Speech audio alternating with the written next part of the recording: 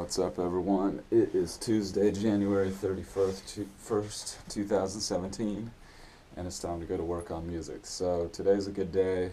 Finally, really getting in the rhythm, in the groove with time management, and all the energy and effort I've been putting into that is starting to pay off, which is fantastic. And it's a constant thing, man. It's a constant process of improvement, as it should be. So today is going to be a good day. We got a real session lined up finally.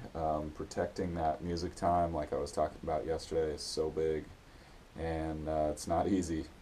And interestingly, I got an email from the instructor of my business class, and she was talking about this book called The War of Art that I read a couple years ago, and that book is really, really worth checking out if you want to take the plunge and go to the next level in your artistry. Now, if you just want to have a good time and do your thing, you don't really need to read this book, but if you're trying to get to the top of the top, then I think it's very worthwhile. And it definitely reveals some truths that can be difficult to stomach, but when you're reading it, you know what's true and what isn't. Let's put it that way. So I'm going to do some online classwork. I'm going to work through my harmony book more and just build up that knowledge, build up those skills. And I'm going to get a good drum practice in finally. I think the drum setup is in a good enough place to start to push the skills again. I'm really excited to get back into that. It's been a long time, too long. And then I'm going to make sure I get some production work done at the end of today. Now, I haven't decided if I'm going to go back and finish the stuff I'm working on or if I'm going to move forward, but for the sake of completion, I might just force myself to finish that other stuff. And finishing is one of the hardest parts, guys. Anyone can start, but it's not easy to finish and finish it right. That really takes something. So it's good practice, really good practice vis-a-vis what I was just talking about. So let's do this.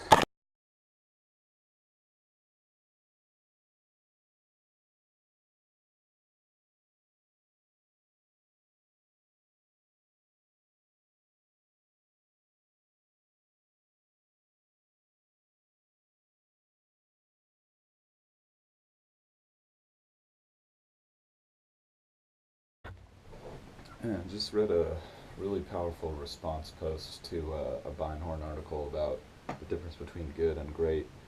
And this 25-year-old guy just made some excellent points in a really beautiful way. And he was talking about how the experience of music has changed, partly because the way music is distributed and consumed has changed.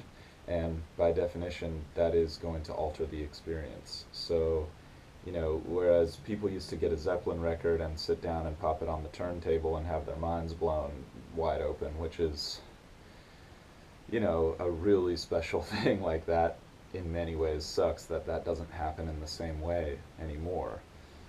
But you might also have people sitting around a laptop computer with a reasonable sound system and, checking out the new Porcupine Tree release on Spotify or something. It's a little more rare now because music is so portable and so pervasive. So basically this guy was making the point, like, how is it really different hearing a Zeppelin record or a Zeppelin song on a turntable and having a great experience versus hearing a Flying Lotus set at a club and being like, holy crap, I'm changed forever, like my life will never be the same. And he sort of makes the point that, yeah, contextually those experiences are different, but categorically that experience still exists in the modern day.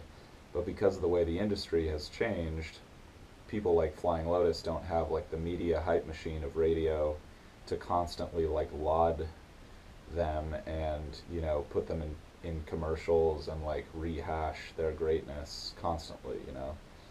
And part of that, is worth thinking about because if there was something that was so great, you would think like, okay, that's going to be in all those commercials or something like that. And that maybe is not necessarily the case anymore because of the way our culture is going, which is, if you have this great piece of art but it doesn't help sell a product, like it's probably not going to be in a commercial. So that changes things quite a bit. And I think people's expectations of marketing and advertising versus art are a little different now. Um, so when I was thinking about that relative to myself, and I'd encourage you guys to do the same in your artistic pursuits, it's like, well, if my goal really is to make something great, first of all, the path to that isn't necessarily like perfectly laid out. No one who's made great records has been like, okay, well, here's how you do it, you know. And I'm excited to read Michael Beinhorn's book on that because I think that's going to be really interesting, and I hope that it's really powerful. And hopefully that's what he does, and I think that's the point of the book. But and he starts to go in that in some of the later blog posts. If you guys hit the blog, you'll see it. Like later on, he talks about the process of making a record the right way, etc., which is really interesting. Um, but yeah, this guy's post was so good. He went on to talk about, you know, basically just make the point that like the system for refining an artist like a Flying Lotus doesn't really exist in the same way that it used to for an artist like Cream or something, you know. Or maybe that's a bad example because Cream was a supergroup, but um, you know, maybe an artist like like Soundgarden. Soundgarden's such a perfect example of that because their early records were really good, but they didn't have mass appeal necessarily, and they toured constantly. In fact, they probably toured too much if you read their Wikipedia article.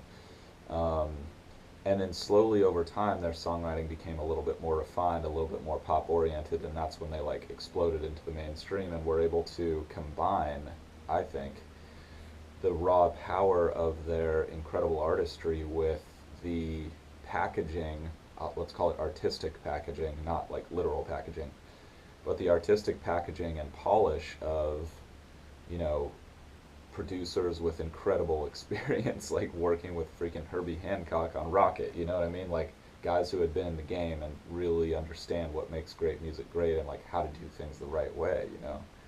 I mean, there's a reason that Max Martin is making hits like it's his job versus, you know, the bedroom producer out there who might have, you know, one song that catches on SoundCloud and then the rest is rubbish, you know?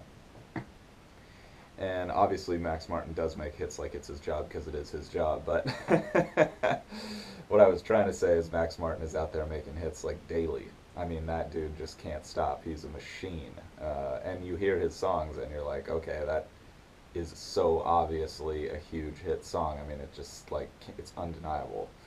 So, you know, young artists, independent artists, they don't necessarily have access to people at that level, and that's why I've been trying to encourage you guys and myself at the same time to seek out those sources of knowledge, like a blog from freaking Michael Beinhorn, who's produced hit records. It's like, go learn from that guy. Like, if you want to know how to make a hit record or a great record, like, learn from people who made great records. Those are the people who understand how to do it. They've done it, and they've done it repeatedly. Now, of course, some factors, just like with great athletes, it might be genetic, like maybe Michael Beinhorn just has some genetic property that makes him a hit record producer, or that Rick Rubin has, or something that the rest of us don't, and that's possible.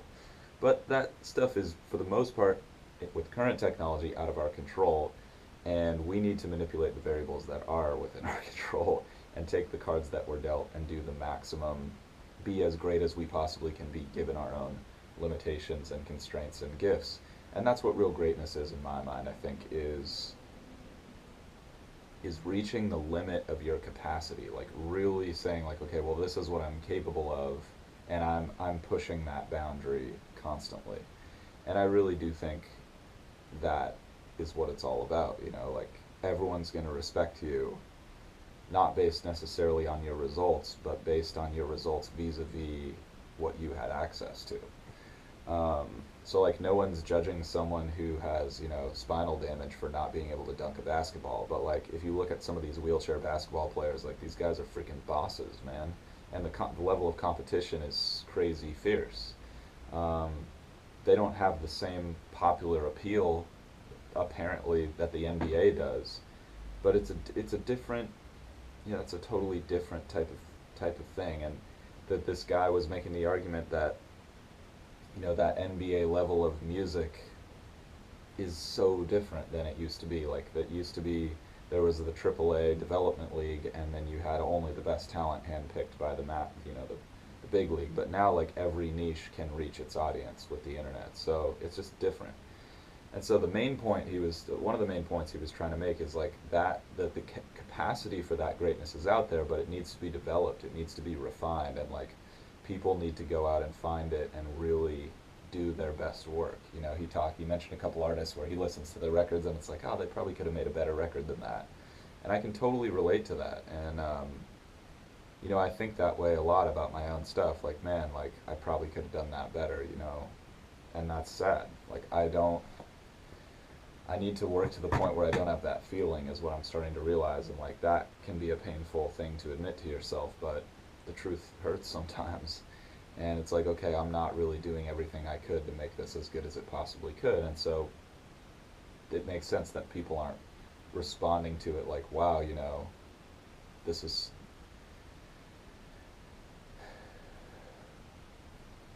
it makes sense that people wouldn't have that experience of me pushing myself to the limit if I'm not pushing myself to the limit, because at the end of the day, your art is just pure honesty. And if you're really coming from a place of like, well, I'm just going to make it the best it can be and we'll see what happens, like that's kind of how it's going to sound, versus, you know, no, I'm going to work on this until it's freaking awesome. You know, I'm going to work on this until it really is that good. And that's when you get those results. So, you know, I'm going to marinate on that. I don't know exactly how I feel about those ideas, but it's great to articulate them and get them out of my head and absorb them from other people. And, you know, sometimes perfect is the enemy of good. Sometimes, you know, you got to just get things done. But sometimes good is the enemy of great. And sometimes you gotta admit to yourself, like, you know what, this just isn't good enough. Like, it's got to be better, and you got to keep working on it. And that can be a really hard thing to do, because it takes a lot of stamina and a lot of honesty, which isn't always human beings' forte, sadly. But anyway, really good to kind of digest those thoughts a little bit. I'm gonna do a little bit of harmony work and then get into my drum practice session.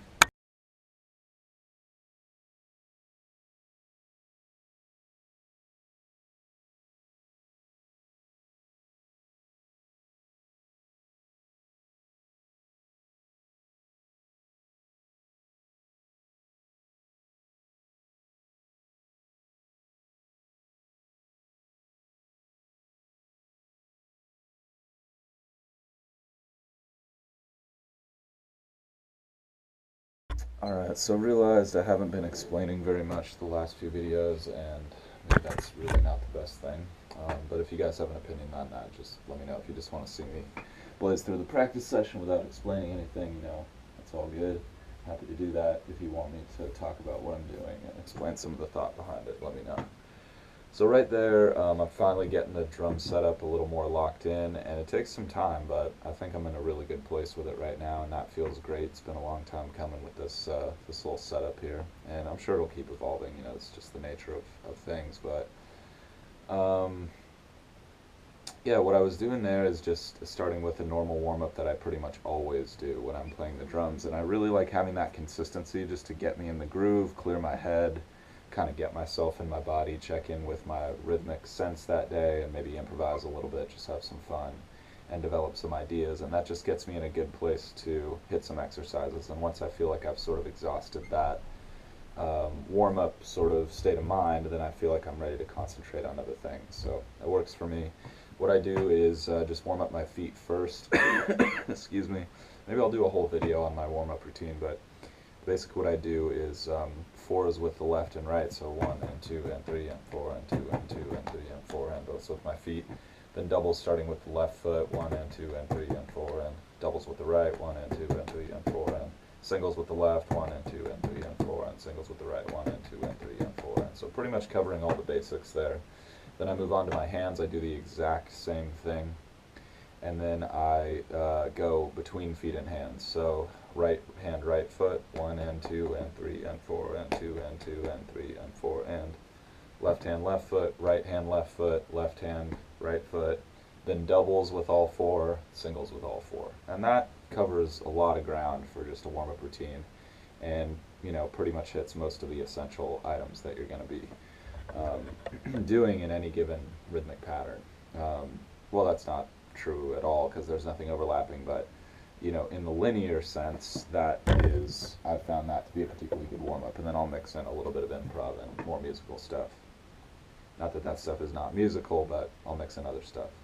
So now what I'm going to do is get into a book called Stick Control that I was working through very heavily last year with my feet. And I've gone through most of the book with, well, probably not even most of the book with my hands, but it had such a good impact on my hands when I was doing it consistently.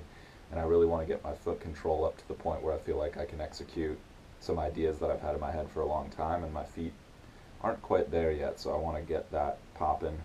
That's probably all I'm going to have time for today, and it's been a long time, so I'm going to take my time just getting back into some of those exercises, just pick up where I left off before. It's awesome to have the double bass. I'm loving it right now. I'll probably keep it, and I'm finally getting myself physically locked in, and it feels really good. So why don't we get into this here, and I'll kind of talk you through what I'm doing maybe here and there. And I also want to get into a book called Four-Way Coordination. I'm probably not going to hit that today, but I'll talk more about that in a future video.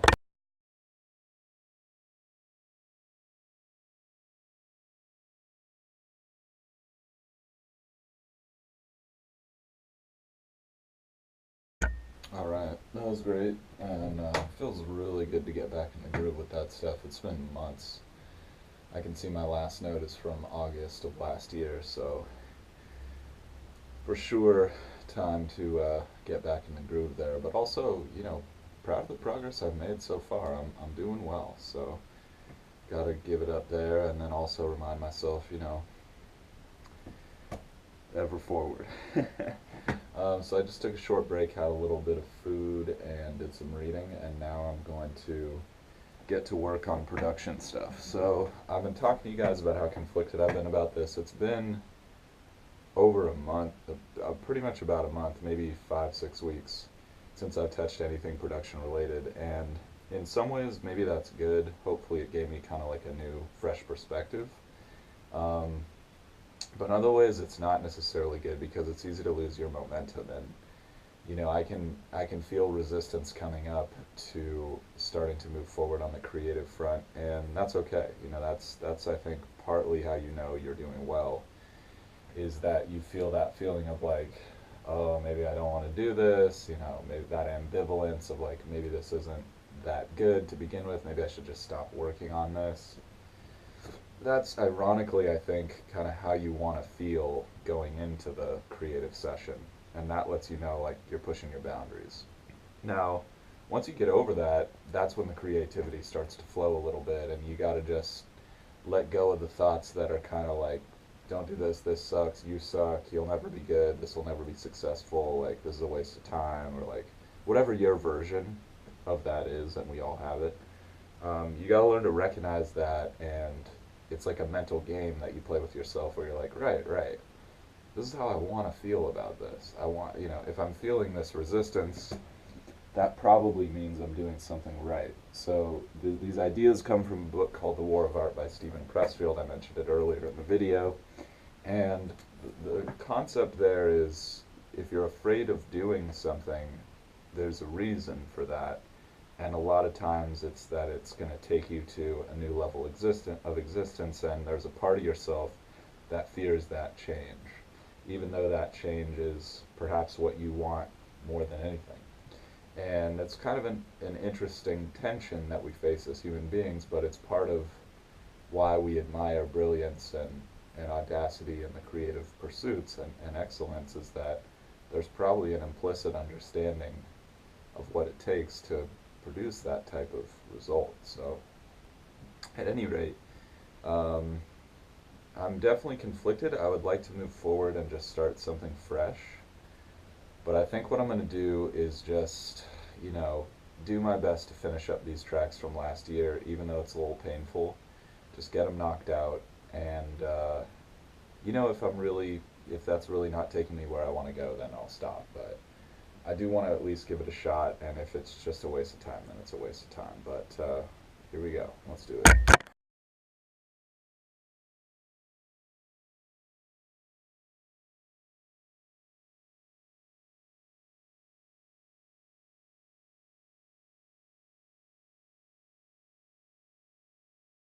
All Alright, excellent session, guys, and I just feel so good, and it's really the feeling of relief and empowerment and accomplishment that you get when you overcome the resistance I was talking about earlier in the video. And I've been procrastinating on setting up the computer and linking it to the new drum set and all that stuff. And I was even thinking earlier, I've been thinking the last couple days, like, you know what, I should probably always be practicing with this linked up to the computer, because that's how I'm really going to play live. I'm not just going to play on a rubber pad and try to make that sound expressive.